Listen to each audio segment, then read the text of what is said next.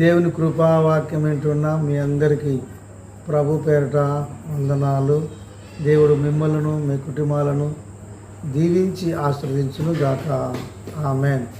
పరిశుద్ధ బైబిల్లో నుండి మనం ఒక వచనాన్ని చదువుకుందాము. ఎహెజ్కేలు 36వ అధ్యాయము 26వ వచనాన్ని చదువుకుందాం. 36వ అధ్యాయము 26వ వచనం.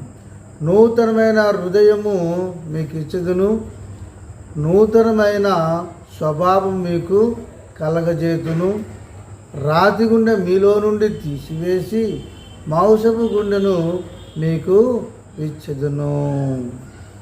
ఇక్కడ దేవుడు మనందరితో మాట్లాడుతున్నాడు.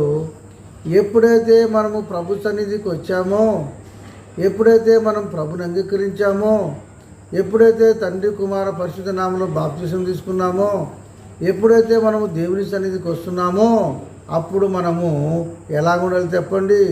నూతనమైన హృదయము. దేవుడు అంటున్నాడు, నూతనమైన హృదయం మీకు ఇచ్చుదును. దేవుడు అంటున్నాడు, నూతనమైన హృదయం మీకు ఇచ్చుదును. దేవుడు నూతనమైన హృదయాన్ని మీకు ఇస్తే నువ్వు ఏం చేస్తున్నావు? ఆ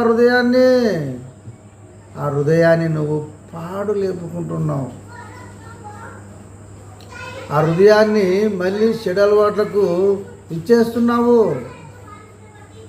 పాత అలవాట్లకు నీ హృదయాన్ని అంకితం చేస్తున్నావు. దేవుడు అంటూ ఉన్నాడు, నూతనమైన హృదయము మీకు ఇచ్చుదును. దేవుని కాడ నూతనమైన హృదయం తీసుకున్నావా?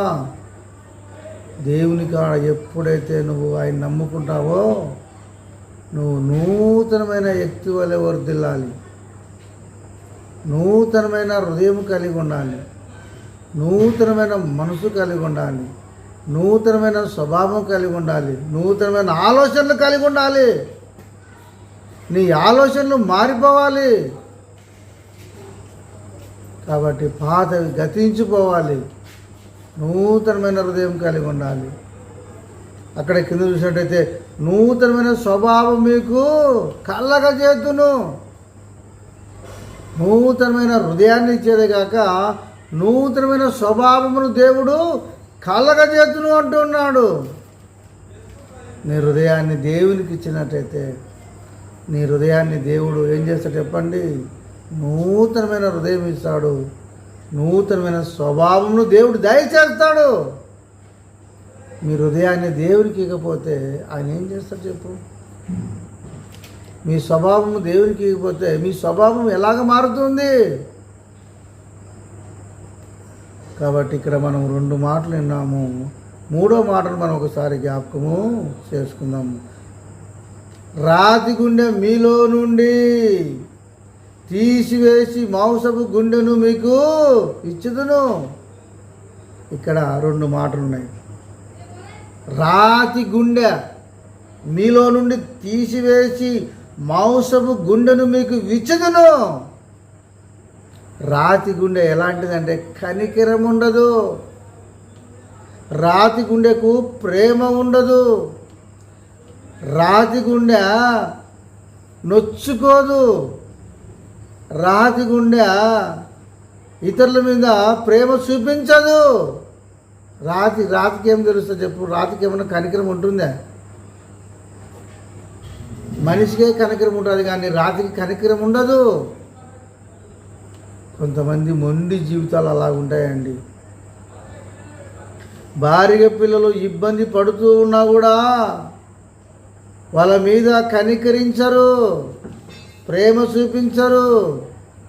అందుకే ఒక్కోసారి భార్యలు అంటూ ఉంటారు, అయ్యా మేము ఇంత ఇబ్బంది పడుతుంటే నువ్వు మారవు కదయ్యా, నీ హృదయము బండలాంటిది, నీ హృదయము బండలాంటిది. రాయి కన్నా కనికరం వస్తుందేమో కానీ నీకు కనికరం రాదు అంటూ ఉంటారు. నిజమే అండి. కొంతమంది ఇంట్లో వాళ్ళు ఎంత సఫర్ అయినా, ఎంత బాధపడినా వాళ్ళ హృదయాన్ని మార్చుకోరు. రాతి గుండె వలె ఉంటుంది. మొండిగా ఉంటారు. వాళ్ళు చెప్పేదే చేస్తారు, చేసేదే చెప్తారు.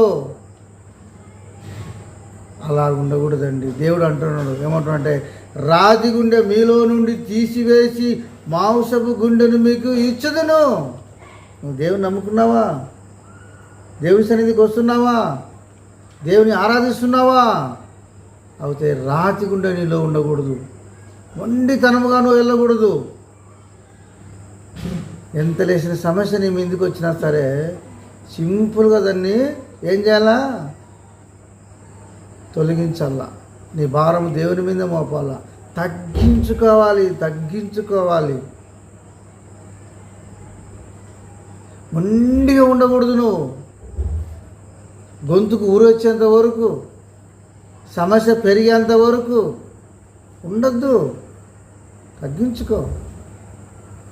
మాంసపు గుండె వలె కనికరము కలిగి ఉండుము. ఎవరన్నా ఆలోచన చెప్తే విను, మంచి మాట చెప్తే విను, సలహా తీసుకో. మొండిగా పోవద్దు. సహోదరి సహోదరాలా, నీకు ఇంకా రాతిగుండే స్వభావం ఉందేమో, దేవుని అడుగు. రాతిగుండెను తొలగిస్తాడు. మాంసపు గుండెను మీకు ఇస్తానంటున్నాడు ఆయన. నువ్వే పొందలేకపోతున్నావు. నీ హృదయాన్ని దేవునికి ఇవ్వలేకపోతున్నావు. దేవునికి దూరముగా నీ హృదయం ఉంది. దయచేసి దేవుని అడుగు. ప్రభా, ఎందుకు నేను రాతి గుండె వలె నా గుండె ఉంది అని చెప్పేసి దేవుని అడుగు. రాతి గుండెను తొలగించి మాంసపు గుండెను దేవుడు నీకు అనుగ్రహిస్తాడు. ఈ వాక్యాన్ని ముగించుకునే ముందు ముఖ్య అంశాలు మరొకసారి జ్ఞాపకం చేసుకుందామా? మొదటి మాట మనం జ్ఞాపకం చేసుకున్నట్టయితే నూతనమైన హృదయము మీకు ఇచ్చుదును. ఒకటి. రెండోది, నూతనమైన స్వభావం మీకు కలగజేతును. 2. మూడోది, రాతి గుండె మీలో నుండి తీసివేసి, రాతి గుండె మీలో నుంచి తీసివేస్తా అంటాడు. 3. మాంసపు గుండెను మీకు ఇచ్చుదును అంటున్నాడు. కాబట్టి ఎప్పుడైతే రాతి గుండెను తొలగించుకుంటావో అప్పుడు నూతనమైన హృదయం, నూతనమైన స్వభావం, నూతనమైన